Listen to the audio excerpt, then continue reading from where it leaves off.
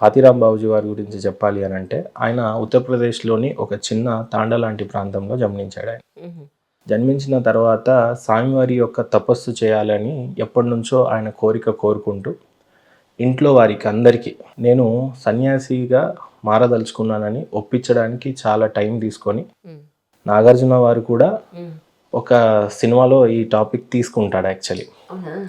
ఇది కూడా ఉంది, హీరో నాగార్జున గారు ఆ సినిమాలో ఒక సినిమాలో ఉంది. సినిమా పేరు అంత గుర్తులేదు కానీ కథనం అయితే తీసుకున్నాడు. పాచికలు ఆడతాడు, బట్టలన్నీ అక్కడే వదిలేసి వెళ్ళిపోతారు వెంకటేశ్వర స్వామి వారు. ఓం నమో వెంకటేశాయ అంట మా వాళ్ళు చెప్తున్నారు, మరి ఇది అందులో ఉన్న కథనమే. సో ఇట్లా నేను డాట్స్ కనెక్ట్ చేస్తున్నాను అంతే, ఇది సొంతంగా చెప్పాలనేది కాదు. సో వికీపీడియాలో ఆ సినిమాలో లేదా చాలామంది రచయితలు కూడా అక్కడక్కడ రాసినటువంటి కథనాలు కూడా ఎన్నో ఉన్నాయి.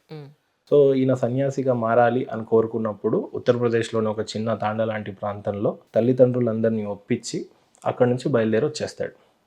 అది వెంకటేశ్వర స్వామి సాక్షాత్ ఇప్పుడు ఎక్కడైతే కొలుతీరు ఉన్నారో ఆ అడవి ప్రాంతంలో, ఆ కొండ ప్రాంతంలోనే ఆయన తపస్సు చేయడం జరుగుతుంది.